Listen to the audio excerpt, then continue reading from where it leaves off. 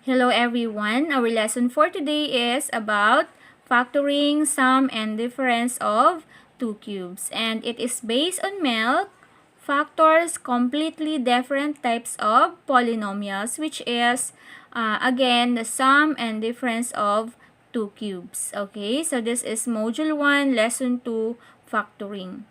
So, factoring sum and difference of two cubes. Okay, so meron tayo mga pattern na kailangan sundin on how to factor the sum and difference of two cubes.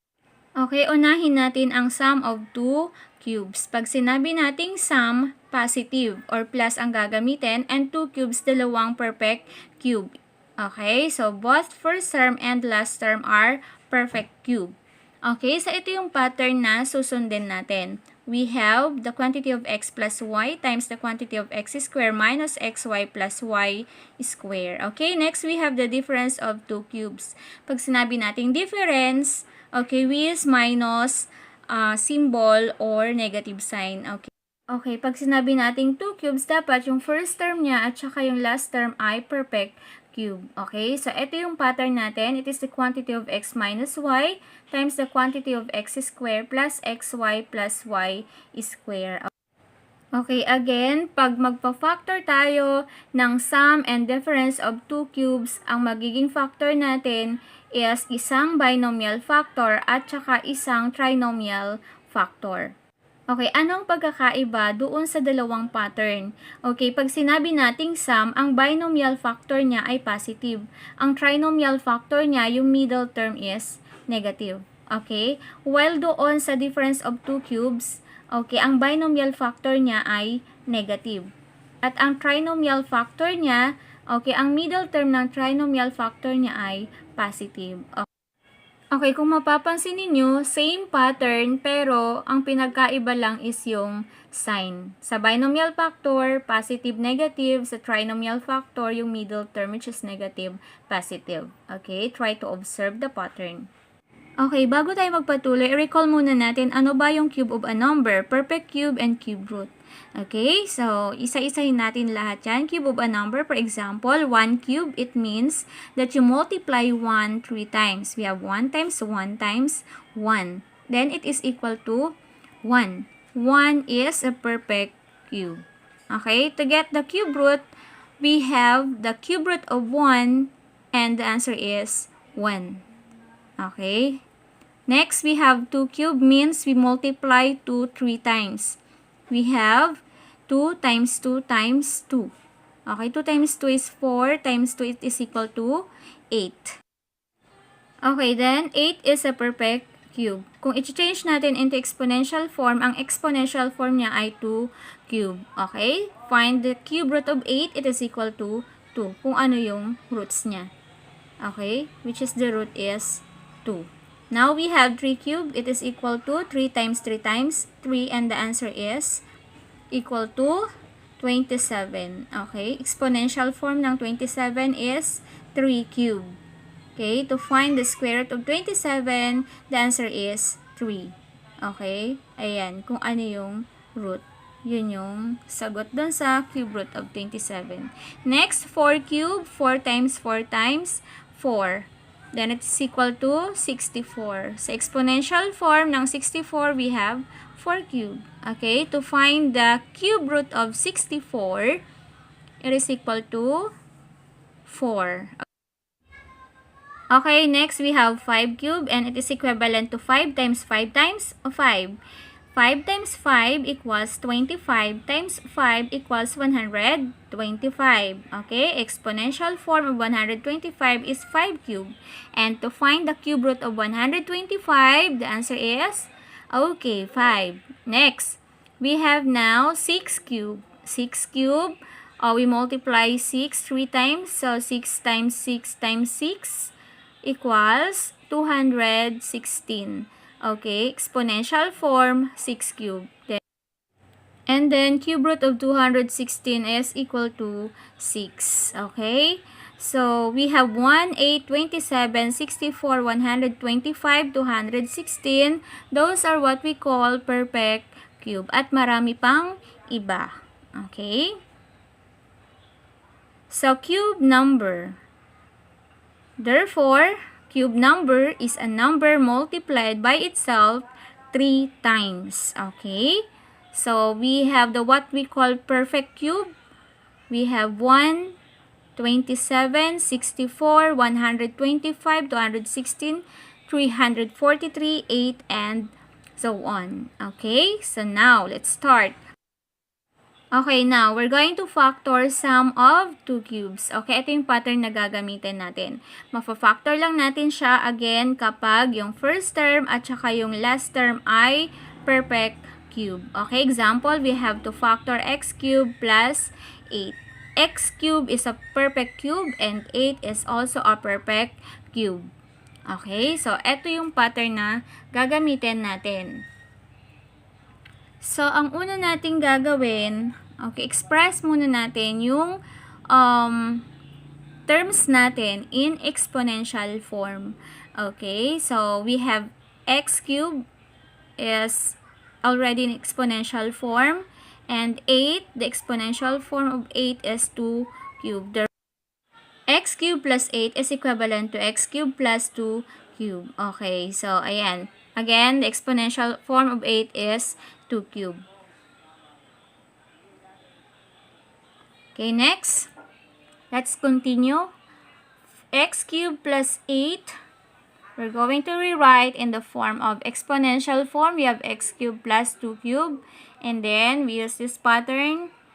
The next, it becomes x cubed plus 2 cubed. And then, to get the binomial factor, okay, kukunin lang natin yung root, which is root of x cubed is x, and the root of 2 cubed is 2. Okay, so, or, ang gagawin lang natin, para makuha yung binomial factor, okay, kukunin lang natin yung cube root ng x cube. Cube root ng x cube ay x. Cube root ng 8 ay 2. Okay, para makuha naman yung trinomial factor, ang gagawin natin from the binomial factor, which is x plus 2, square lang natin yung first term ng binomial at saka yung second term ng binomial. So, x square is equal to x square. So, yung x square na yan, yun yung ilalagay natin doon sa first term ng trinomial. Okay, then, yung 2, yung second term ng binomial, square din natin. So, we have 2 square. 2 square is equal to, 2 times 2 is equal to 4. So, yung 4 na yan, ilalagay natin doon sa last term ng trinomial factor. Okay, and then, follow the pattern, which is the negative sign doon sa middle term ng trinomial. Okay, negative din ang ilalagay natin. Okay, para makuha ang middle term, imumultiply lang natin yung first term ng binomial at yung second term ng binomial factor, which is x times 2. So, x times 2 is equal to 2x. Okay, so yan yung ilalagay natin doon sa middle term ng trinomial factor natin.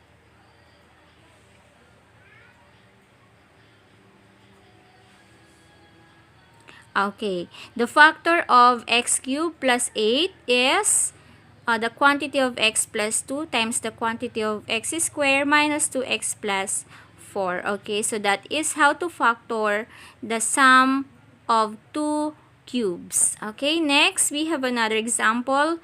Factor 8x cubed plus 125. Okay, next express in exponential form. Okay, 8, it becomes 2 cubed. And then we have x cubed plus the exponential form of 125 is 5 cubed. Okay, same step pa rin. Gagamitin din natin yung pattern na ginamit natin doon sa example number 1, which is the sum of 2 cubes pattern. And then, rewrite natin yung exponential form. Then we have 2 cubed, x cubed plus 5 cubed. And then, to get the binomial factor, ang gagawin natin, kukunin lang natin yung roots, okay, ng exponential form natin, which is 2x plus 5. Or from the given 8x cubed plus 125 to get 2x, kukunin natin ang cube root ng 8. Cube root ng 8 is 2. Cube root ng x cube ay x. So that's why we have 2x. Okay, next, the cube root of 125 is 5.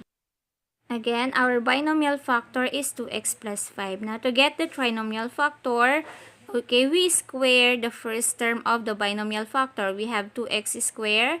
2 squared is 4. Then we have x squared. So, that's why we have 4x squared. So, yung 4x squared na yan, lalagay natin dun sa first term ng trinomial. Okay, next, the second term of the binomial factor is 5. Let's square. So, 5 square means we multiply 5 2 times. So, we have 5 times 5 is 25. Okay, yun yung ilalagay natin doon sa last term ng trinomial factor. Positive 25. Now, to get the middle term of the trinomial factor, ang gagawin lang natin doon sa binomial factor natin, imumultiply natin ang first term, which is 2x. Ita-times natin sa second term ng binomial factor natin, which is 5. So, 2x times 5 is equal to 10x. So, yun yung ilalagay natin sa middle term.